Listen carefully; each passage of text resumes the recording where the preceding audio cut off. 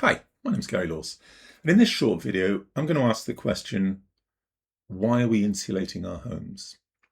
Why are we trying to make them airtight?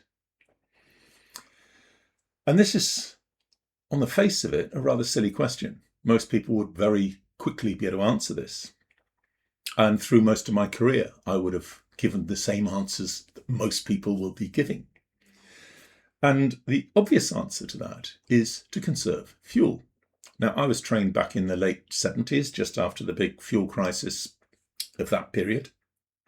And ever since then, we have worked to a fabric-first philosophy as far as building design is concerned. And what we mean by that is to get the fabric to the highest level of thermal performance we can, and then the heating will be the smallest of issues. And the energy usage will be the smallest of issues. So why do we need to do that? Why do we need to conserve fuel? Well, there were three reasons, to be honest, and another half reason. So the three reasons are, firstly, because the fuels we've been using are finite. They will run out, okay? The second is they are polluting. They're killing people on a regular basis. The fuels we choose to use are killing people. So, for example, I think something like 60 million people died across the planet last year because of air quality issues coming from the fuels you and I choose to use. I think there was 2 million that died just because of global warming related issues. So we are making decisions on a daily basis that kill people. So we need to stop doing that. The third reason is the fuel is costly. So by conserving it, we save money. The half issue, if I can call it that, goes back to something humans have been doing pretty much since the beginning of time, and that is to use tools of war, let's call it. So in the past, we would lay siege to towns and cities to prevent water and food from getting in. So quietly starving people, because we're nice like that. Now, in the 20th century, we've been inclined to use fossil fuels in this way.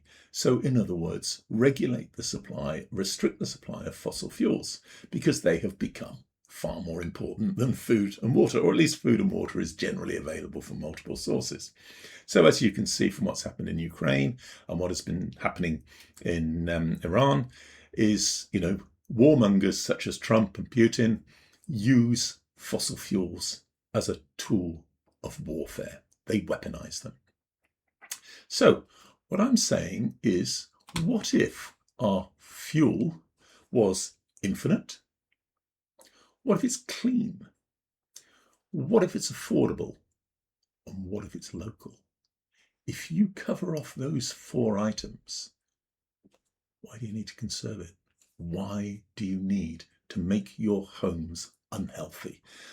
So how do we make it infinite, clean, affordable, and local?